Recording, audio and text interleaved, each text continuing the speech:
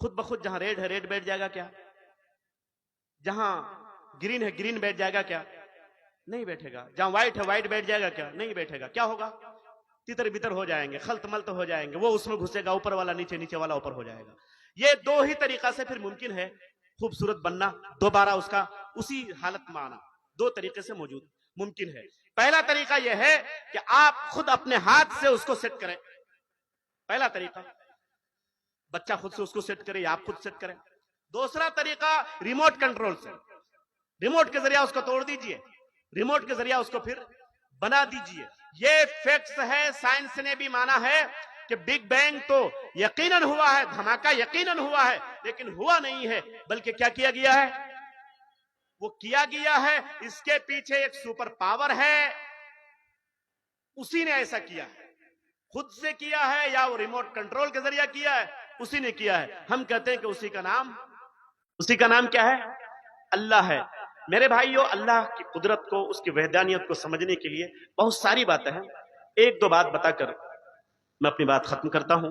چھوٹی سی چیز, یہ جو دنیا ہے نا آپ کی, یہ جو دنیا ہے, اس سے توحید خالص کا ایک مسئلہ بتا کر میں اپنی بات ختم کروں گا. یہ بات یاد آ گئی اس لیے میں بتا دیتا ہوں, بات اپنی ختم کرتا ہوں. یہ جو دنیا ہے, جو آپ کی نگاہوں کے سامنے ہے آج, زمین کتنی بڑی ہے, ہندوستان کتنا بڑا ملک ہے, بہت بڑا ملک ہے نا, بہت بڑا ملک ہے ہندوستان. یہاں سے آپ سعودیہ جائیں گے کتنا دور ہے؟ بہت دور. امریکہ, انگلینڈ, آسٹریلیا, کرکٹ دیکھنے والوں نے تو سنا ہی رکھا ہوگا, کتنا دور دور ہے, بہت دور دور ہے. لیکن یہ سورج کے مقابلے میں کتنا چھوٹا ہے معلوم ہے آپ کو؟ جی کتنا چھوٹا ہے؟ یا بالفاظ دیگر زمین کے مقابلے میں سورج کتنا بڑا ہے؟ 15 لاکھ گنا بڑا ہے. تھوڑا سا اختلاف یہ ہے کہ دو چینلز ہیں امریکہ میں, ایک نیشنل چینل ہے اور ایک ہے ڈسکوری. دو چینل ہے, دونوں کے الگ الگ رپورٹس ہیں, سروے ہیں. ایک کا کہنا ہے کہ 13 لاکھ گنا بڑا ہے, ایک کا ہے کہ 15 لاکھ گنا بڑا ہے. جو بھی ہو, 13 لاکھ ہو یا 15 لاکھ ہو, لیکن تصور کیجئے کہ 15 لاکھ گنا بڑا سورج ہے کس سے؟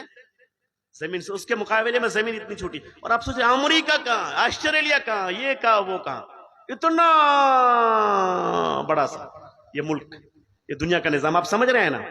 لیکن سورج کے مقابلے میں کتنا چھوٹا ہے؟ 13 لاکھ یا 15 لاکھ گنا چھوٹا ہے. یہ اتنا بڑا ہونے کے باوجود چھوٹا ہے یہ. اچھا ایک غضب کی بات بتاؤں آپ کو, آپ کے جسم میں جتنی رگیں ہیں, جتنی نسیں ہیں, اللہ کا نظام آپ دیکھو, جتنی نسیں ہیں, اس کو اگر جوڑ دیا جائے تو زمین کا 2.5 چکر ہو جائے, پوری زمین کا. یہاں سے شروع کرو, چلے جاؤ امریکہ, پھر پلٹ کر کے ادھر سے لا کے جوڑو تو 2.5 دفعہ ہو جائے گا. یہ اللہ نے بنایا ہے آپ کے جسم میں, پوری کائنات کو سمیٹ دیا ہے آپ کے جسم. تصور کرو. تو خیر, میں یہ عرض کر رہا تھا کہ سورج اتنا بڑا ہے, اور سورج جس سسٹم میں ہے وہ گلیکسی کا سسٹم ہے, سولر سسٹم ہے, اور وہ مکمل گلیکسی کے سسٹم میں ہے. آپ اس کو سنجیدگی سے سمجھیے. گلیکسی وہ دھاری دار جو آسمان میں کبھی آپ نے دیکھا ہوگا, کہکشاں جس کو آپ کہتے ہیں. آپ کا موبائل گلیکسی نہیں, آپ کے موبائل کو گلیکسی کیوں کہا جاتا ہے؟ جو گلیکسی موبائل, اس کا نام گلیکسی کیوں ہے؟ دنیا و جہان کی ڈھیر ساری چیزیں اس کے اندر ہیں, اس لیے اس کا نام گلیکسی ہے. کم سے کم ایک گلیکسی میں 3 بلین اسٹارز ہونے چاہیے آپ کے موبائل میں. نہیں سمجھا آپ نے؟ یعنی یہ سورج جیسا 300 بلین سورج اگر ایک جا ہو جائے تو ایک گلیکسی بنتی ہے. تصور کیجئے. زمین سے 13 لاکھ یا 15 لاکھ گنا بڑا کیا ہے؟ سورج ہے. اور 300 بلین سورج کو اگر اکٹھا کر دیا جائے تو ایک گلیکسی بنتی ہے. اور اس کائنات کے اندر ان دونوں چینل کے ذریعے اب تک جو چیزیں سامنے آئی ہیں وہ 3 بلین سے زیادہ کہکشاؤں کی گلیکسیز کی دریافت ہو چکی ہے. تصور کیجئے کہ اس کے مقابلے میں آپ کی زمین کے اوقات کیا. تصور کیجئے آپ کہ ایک گلیکسی کے مقابلے میں یا ایک سورج کے مقابلے میں آپ کی زمین کے اوقات کیا ہے اور ایک گلیکسی کے مقابلے میں اس کے اوقات کیا ہے. اور سائنسدانوں نے آج پروف کیا ہے کہ ساری چیزیں مسلسل حرکت میں ہے, چل رہی ہے. جس دن ان کی حرکت بند ہو جائے گی اس دن دنیا کا اینڈ ہو جائے گا, دنیا ختم ہو جائے گی. اور ہم بھی تو وہی کہتے ہیں نا کہ یہ مستقر جو ہے ہمارا, یہ سورج اور اس کے چلنے کے لیے جو خاص ایک وقت ہے اور ایک خاص منزل ہے. جس دن اس منزل تک سورج پہنچ جائے گا, جس دن اس کی ٹائمنگ ختم ہو جائے گی, قیامت آ جائے گی. سائنس اس کو مان چکا ہے. سائنس مختصر طور پر سائنس دانوں میں سے ایک سائنس کا نام ہے اسٹیفن ہاکنگ. کیا نام ہے؟ Stephen Hawking. اس نے, یورپ کا رہنے والا ہے, اس نے کہا کہ سائنس فائنڈز گاڈ. کیا کہا؟ Science finds God. سائنس نے اللہ کی دریافت کر لیا. سائنس اللہ کی دریافت کر رہی ہے یا کر چکی ہے. مطلب اس کا یہ تھا کہ اللہ کو مانے بغیر کوئی چارہ ہی نہیں ہے. پھر ایک دن وہ آیا میرے بھائیوں, ماڈرن سائنس کے بعد. میں آج حقیقت میں اس میں داخل ہی نہیں ہو پایا بنیادی چیزوں کی وجہ سے, نہیں تو میں ایک چیز بتاتا آپ لوگوں کو کہ ماڈرن سائنس نے اس کا مکمل اس کو ریجیکٹ کیا اور کہا کہ اللہ کو مانے کوئی چارہ کار نہیں ہے. اور پھر ان لوگوں نے متفقہ طور پر کیلیفورنیا میں ہبل نامی ایک اسٹار بنایا گیا اور ایک دوربین بنائی گئی وہاں پر, اور آج بھی آسمان میں وہ دوربین گھوم رہا ہے میرے بھائیوں. اس نے بتایا کہ آج بھی چیزیں بھاگ رہی ہیں ایک دوسرے سے بھاگ رہی ہے. کہاں جا رہی ہیں؟ 15,000 کروڑ سال سے مسلسل بھاگے جا رہی ہیں. اور کہاں جا رہی ہیں ابھی اس کا اندازہ نہیں, لیکن ابھی بالکل قریب میں اس کا اندازہ لگایا گیا اور کہا گیا کہ سارے اسٹار, پوری کائنات ایک ویگا نامی اسٹار کی طرف بھاگ رہے ہیں. پوری کائنات اس کی طرف بھاگ رہی ہے. تو 15,000 کروڑ سال سے یہ کائنات کی طرف بھاگنا اس بات پر دلیل ہے کہ کائنات کس قدر وسیع ہے. تصور آپ کرو, زمین کتنی بڑی, سورج کتنا بڑا, سورج کے اوپر گلیکسی کتنی بڑی, گلیکسی کے اوپر یہ پوری کائنات کتنی بڑی ہے. اور یہ پوری کائنات بھاگ رہی ہے کس کی طرف؟ ویگا نامی اسٹار کی طرف. اور وہ اب تک وہاں پر یہ ساری چیزیں پہنچی نہیں ہیں. اور میرے بھائیوں, ان ساری چیزوں کے اوپر اللہ تبارک و تعالیٰ کی کرسی ہے اور اس کا عرش ہے. اب ذرا یہ بتاؤ, اللہ کے عرش کے سامنے ہماری اوقات کیا ہے؟ اس زمین کے اوقات کیا ہے؟ اس کائنات کے اوقات کیا ہے؟ ہماری اور آپ کی اوقات کیا ہے؟ کیا ہے؟ کچھ ہے؟ کچھ بھی نہیں. اور اس کے بعد میرے بھائی اسی سائنسدان نے یہ کہا کہ ایک تو اللہ کو مانے بغیر کوئی چارہ ہی نہیں ہے, ماننا ہی پڑے گا.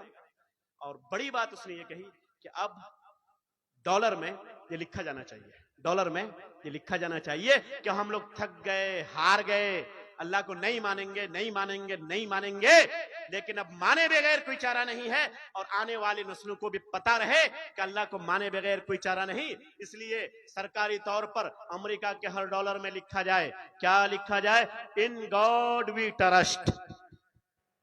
کیا لکھا جائے؟ In God we trust. ابھی نہیں, ابھی شیخ کی تقریر آپ کو سننی ہے, یہاں سے گھر جائیے, رات میں نہیں تو فجر کی نماز چھوٹے گی آپ کی.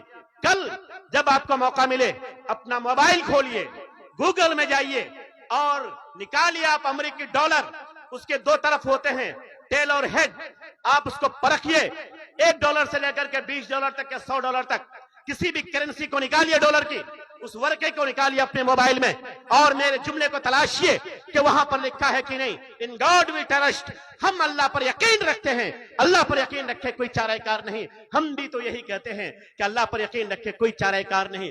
بس ہماری شرط یہ ہے کہ وہ ایکتا ہے, وہ اکیلا ہے, اس کا کوئی ساجی نہیں, اس کا کوئی ہمسر نہیں, نہ وہ کسی سے پیدا ہوا نہ وہ کسی سے پیدا ہوا ہے. یہ تو قرآن کی بات ہے. اس